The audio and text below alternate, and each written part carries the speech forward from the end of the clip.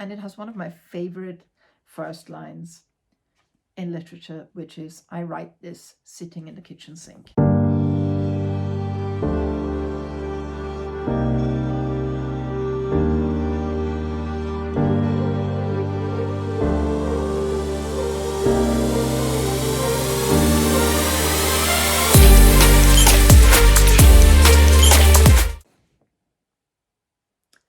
Hi, this is Ricarda, aka the .303 Bookworm, and today I'm introducing you to one of my all-time favorite books. This is not a very pretty edition, but it's the edition I first bought. It's called I Captured a Castle by Dodie Smith. Dodie Smith is not necessarily a name that rings a bell with most people, but you're definitely familiar with one of her most famous works, which is 101 Dalmatians. This is a young adult novel, we would call it nowadays.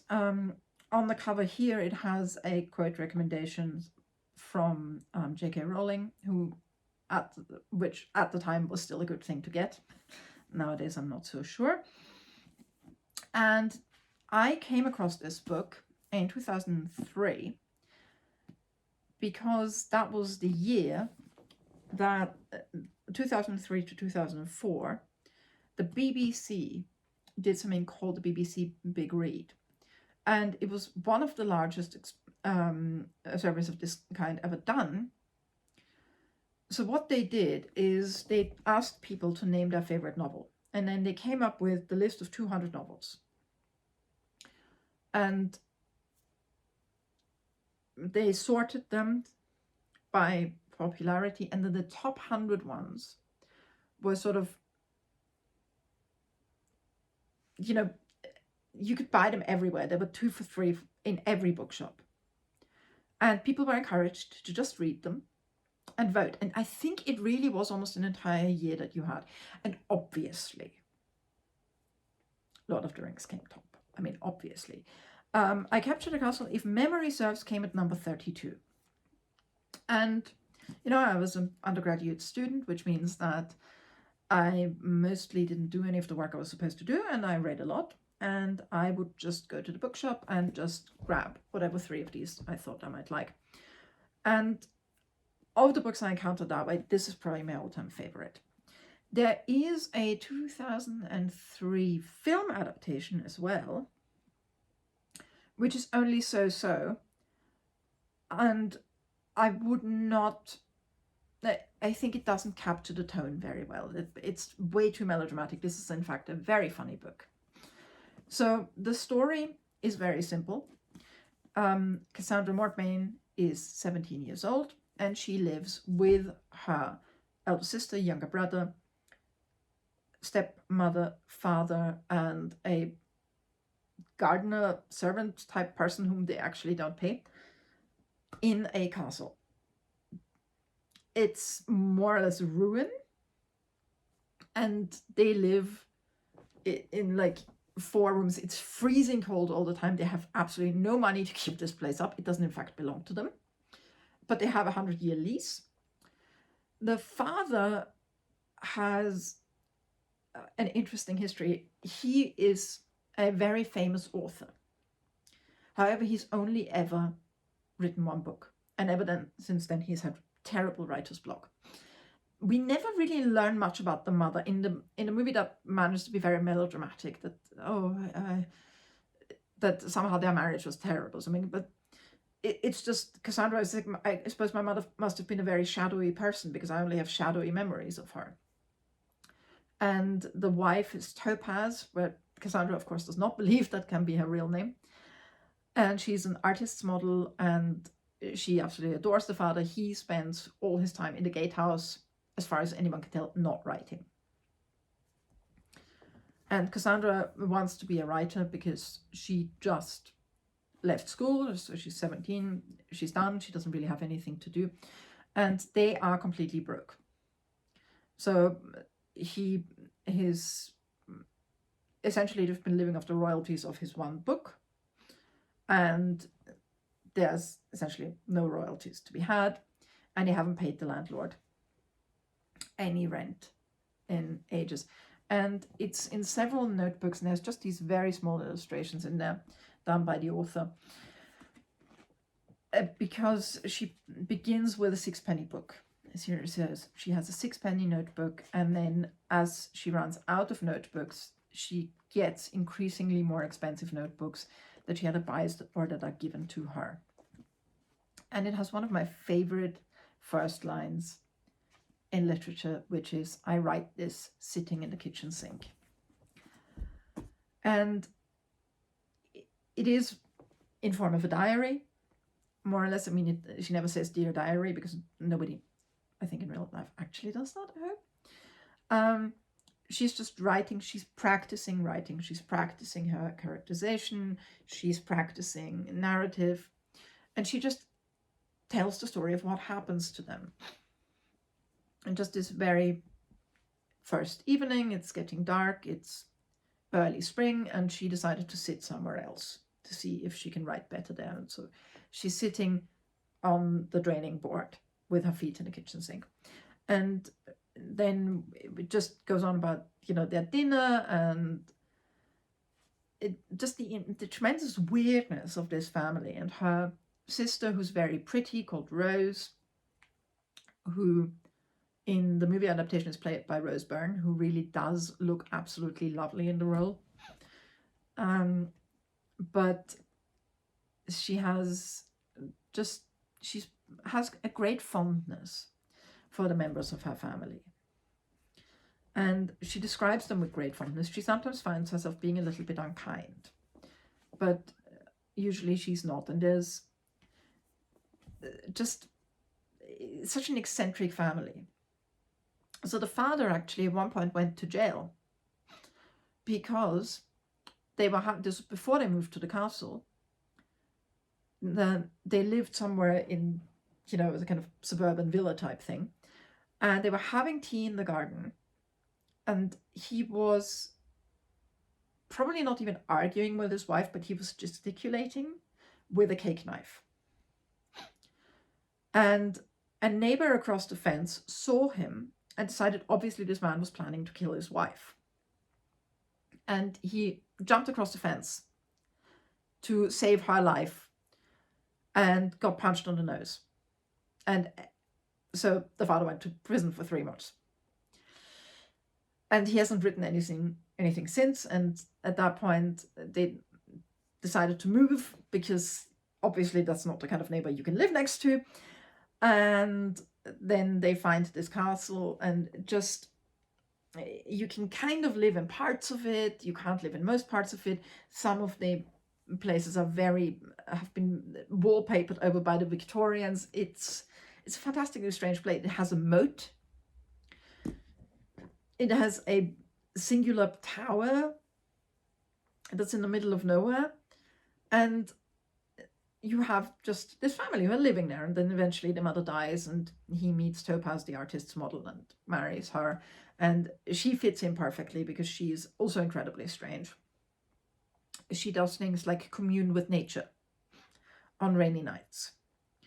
So they learn that somebody actually has not bought, but just inherited the hall nearby, and so that they technically have a new landlord, and he's a young American. There is also his half brother and their mother, and of course they have to come meet them. So when they encounter them, it's quite funny because Cassandra's having a bath, but they have just previously dyed some clothes green in the bathtub. So the bath actually dyes her green. It's a stormy night. The two Americans had absolutely no intention of of coming to see them. They just got lost. And then they were startled by what they perceived to be an apparition with no legs. And it's in fact the naked stepmother in Wellingtons and nothing else, rushing across the road as she communes with nature in a thunderstorm. And then they meet Cassandra, and they think she's a green child because they can't tell that she's actually a teenager. They think she's a child, and also, why is she green? And they meet, and, you know, there is, of course, the thing of Rose, who's 21, and she really, really just wants to get out of there. And she hopes that she can marry the richer of the American brothers. And then the sisters sort of discuss, would you rather live in a Bronte sisters novel or an Austen novel, and which one are we living in? And sort of doing it as a game almost. Can we make this guy fall in love with her? And what ensues is, in the beginning, not a lot of plot. Later on, quite a lot of it, quite fast. There are always these very unusual characters. There are some people who are comparatively normal, who don't seem very normal, because everybody in this story is so eccentric. And there's a wonderful earnestness about Cassandra, because she just feels that she is a writer, and therefore her job is to observe the world rather than be in it.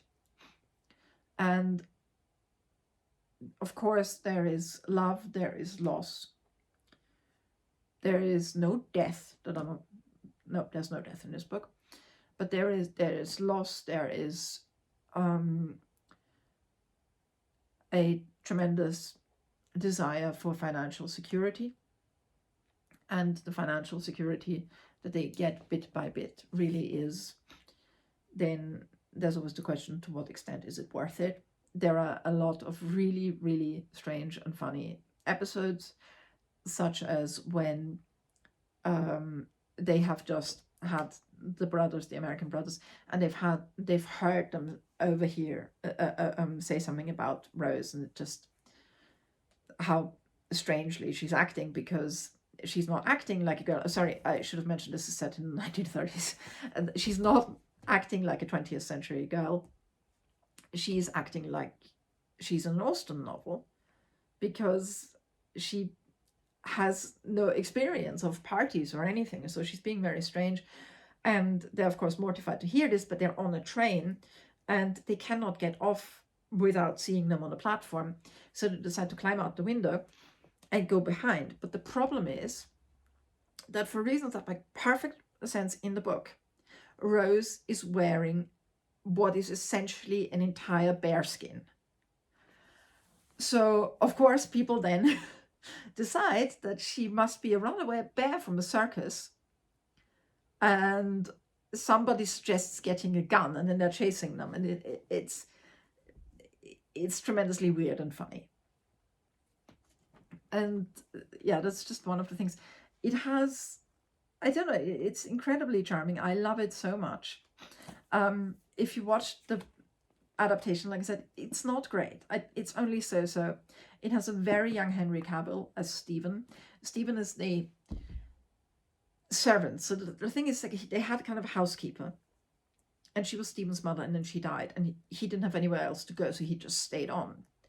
And he works for them. He doesn't get paid. And nobody's entirely sure if he's a servant or not. And they're not sure if they should be paying him. Which is just as well, because even if they wanted to, they can't, because they have literally no money. I mean, there's also a very funny scene involving being given a ham and having it sort of plopped down on someone's evening dress. It is very sensual in the fact that it engages really the senses. There's a lot about scent in this book, which I like a lot. The family engage in a lot of very strange behaviors, such as they have a Midsummer Night ritual, and it is just incredibly eccentric, incredibly sweet. It's definitely a book that would appeal to teenage girls. I gave it to my husband, who at the time was in his mid-30s, and he liked it. I love this book. It is a really, really very very beautifully written. And I have to say that I read 101 Dalmatians and it's not for me. It's very strange. It's nowhere near as clean cut and nice as the movie, but it works. But this is the Dodie Smith book for me. I love it so much. I am so glad that thousands of British readers liked it enough that I was forced to read it. And I will always recommend this book to everybody. I love it so much. If you haven't read it, give it a try. And if you are sort of intrigued by it, please don't watch the movie first. The movie is fine, but it is tonally completely wrong. And it will give you the idea that this is a very serious melodramatic book, and it's really, really not. It is very funny, it's very sweet, and there is almost no melodrama in it. So if you've read this book, if you love it, please leave me a comment below. I would love to absolutely talk to anyone who loves this book as much as I do. And I will see you again very soon. Keep reading, and I hope you read this. Bye.